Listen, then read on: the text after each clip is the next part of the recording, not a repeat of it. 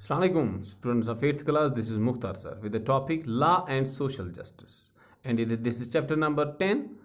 ये social and political life third में chapter पढ़ता है। ठीक है सर, इस हवाले से हम बात करेंगे आज। इसका पार्ट नंबर 1 आज हम डिस्कस करेंगे। और सबसे पहले आता है व्हाट इज़ लॉ, कानून क्या होता है। ये वो तर्ज अमल है, अगर मैं आपसे कहूँ कि जिस तर्ज अमल के तहत लोग एक कंट्री में रहते हैं। ठीक है, आप क्लासरूम की एग्जाम्पल ले लो। क्लासरूम में टीचिंग लर्निंग प्रोसेस होती है। सब एग्जाम्पल से आपको समझाने की कोशिश करेंगे। अब इस क्लासरूम में टीचिंग लर्निंग को करने के लिए हमें कुछ रूल्स फॉलो करने होते हैं।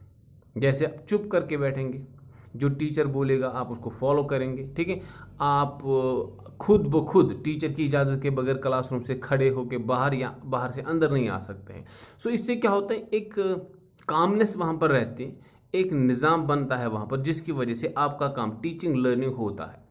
इन द सेम वे अगर आपको कंट्री में अच्छी तरह से रहना है, काम करने हैं, अलग अलग काम करने हैं, हाँ, जो भी आप काम करेंगे उस काम को सही मानों में लोगों तक पहुंचाना है, तो एक सिस्टम होता है, एक तरीका होता है।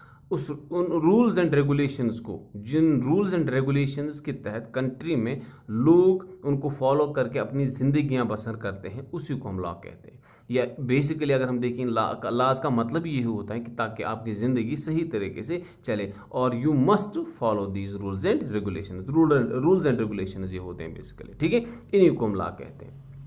अब अगर हम देखें बहुत सारे लाज रहते हैं, लेकिन इसके बावजूद भी हम देखते हैं कि हमारे इर्द गिर्द जब हम नज़र डालते हैं तो बहुत सारी ऐसी प्रॉब्लम्स रहती हैं जिनकी वजह से हमें इन लॉज को बनाना पड़ता है। ठीक है सर, हाँ, एक्सप्लॉयटेशन होती हैं लोगों की। हाँ, मज़दूर जो काम करते हैं उनको अपनी पूरी तरह से उनको वेजेस नहीं मिलते हैं। ठीक है सर, बहुत सारे ऐसी चीज़ें होती हैं जिसकी वजह से गवर्नमेंट को इन लॉज को बनाना पड़ा। ठीक है सर, क्योंकि अगर हम देखें अपने इर्द गिर्द देखें, एक्सप्लॉयटेशन, काम करने वाले मज़दूर जो होते हैं उनको अच्छी तरह से मजदूरी नहीं मिलती है। मेल और फीमेल इनमें फ़र्क किया जाता है। जैसे एक ही जगह पे काम करने वाले मर्द और औरत, दो अलग अलग जेंडर्स की वजह से इनको दो अलग अलग तनख्वाहें देते हैं, मतलब ऑनर्स देते हैं। इसको एक्सप्लॉयटेशन का नाम दिया जा सकता है। और कभी कभी तो ये कि एक ही काम को करने के लिए एक जगह पे एक प्राइस या उसको एक रेट दी जाते हैं, उसी काम को जब हम दूसरी जगह करते हैं तो वहाँ पर उसकी अच्छी प्राइस या उसको अच्छे वेजेस दिए जाते हैं। तो इन चीज़ों को ही देखते हुए हमें इन लॉज को बनाने की ज़रूरत पड़ती है। अगर हम हिंदुस्तान में देखें, कुछ लॉज यहाँ पर बने पड़े हुए हैं, हम इनके बारे में बात करने जा रहे हैं। जैसे मिनिमम वेजेस एक्ट, ये गवर्नमेंट ने लाया।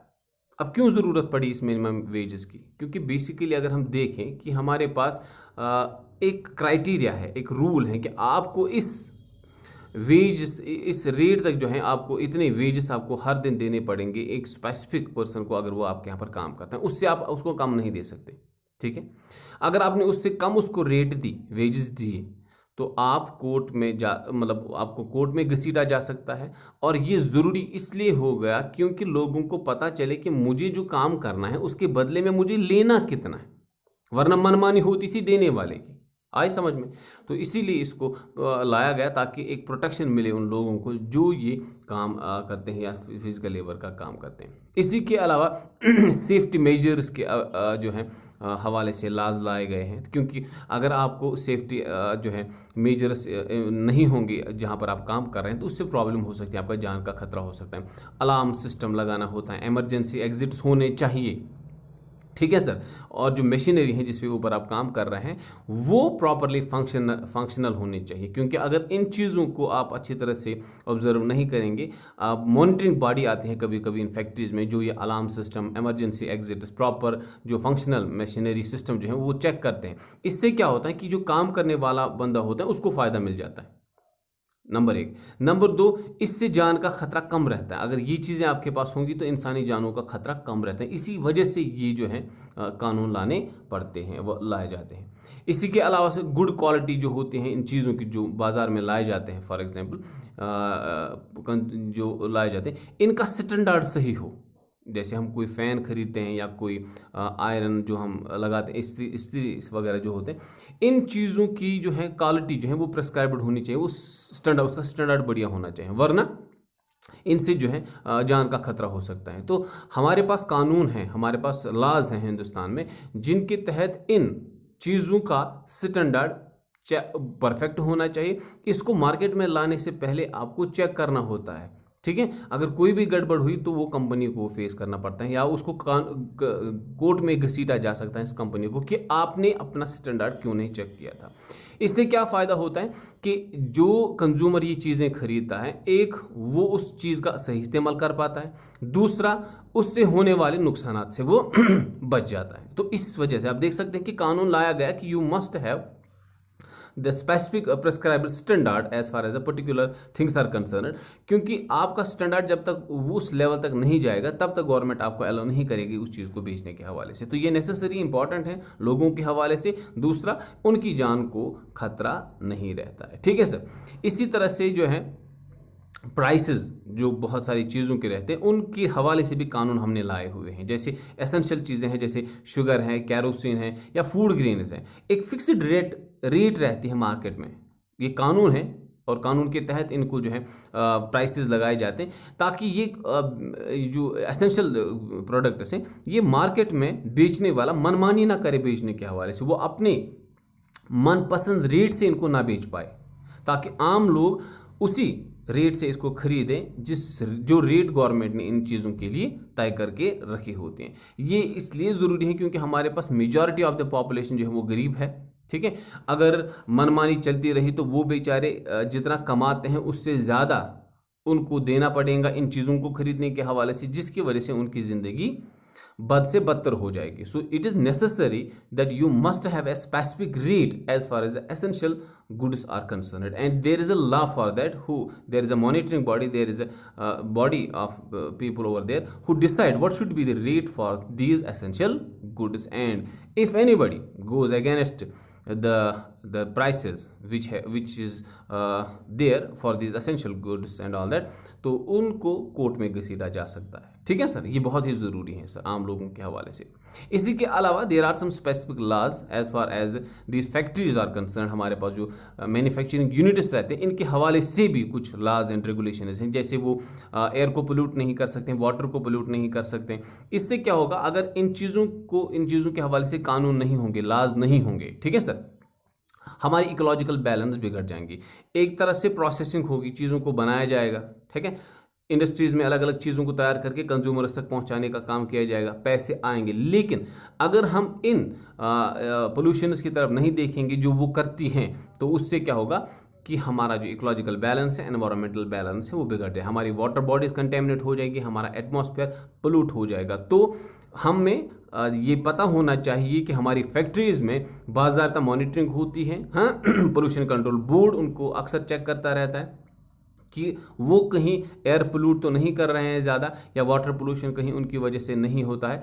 तो इन चीज़ों को देखा जाता है और ये इसलिए ज़रूरी है क्योंकि हमें आने वाले फ्यूचर के लिए इन चीज़ों को देखना होता है। इससे दो चीज़ें हो सकती हैं, एक हमारा जो प्रोसेसिंग सिस्टम है वो अच्छी तरह से चलता है, और दूसरा ये जो प्रोसेसिंग है ये एनवायरनमेंट को ख़राब नहीं करता है। क्योंकि अगर आपके पास लाज नहीं होंगे, आप देख सकते हैं कि हम मॉडर्न इक्विपमेंट्स इस्तेमाल करते हैं अपनी फैक्ट्रीज में ताकि वाटर और एयर पोल्यूशन ना होने पाए। इसी तरह से चाइल्ड लेबर का कानून आया हुआ है, क्योंकि पहले अगर आप देखें हिंदुस्तान में छोटे बच्चों को बहुत कम तनख्वाहों पे काम पे रखा जाता था, ठीक है, जिस वजह से उन फैक्ट्री ऑनर्स का या वो काम लेने वाले जो लोग रहते थे उनका बड़ा फ़ायदा होता था। छोटे बच्चों से जितना काम कराओ, पैसे वैसे कुछ ज़्यादा नहीं देने पड़ते थे।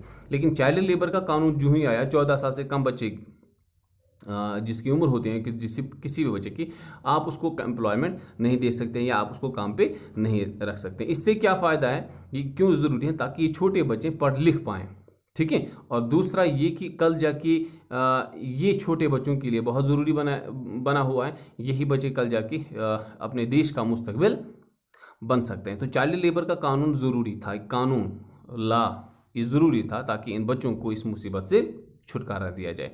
इसी तरह से वर्कर्स यूनियन के बारे में भी कानून बनाया है कि अगर आप स्पेसिफिक, वहाँ पर एक क्राइटेरिया रहता है कि अगर इतने लोग एक फैक्ट्री में काम करते हैं तो there must be a union, वहाँ पर यूनियन होनी चाहिए।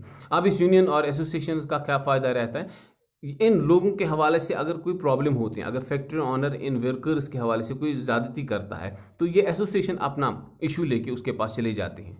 अगर वो नहीं मानते हैं तो एसोसिएशन स्ट्राइक पे चली जाते हैं। लेकिन ये तब जाके मुमकिन है जब आपके पास यूनियन होगी और इसका फ़ायदा वहाँ के वर्कर्स को मिलता है। ठीक है सर, यूनियन बनने से इंटरेस्ट या फ़ायदा किसको होता है? वो उन वर्कर्स को रहता है जो उसमें काम करते हैं।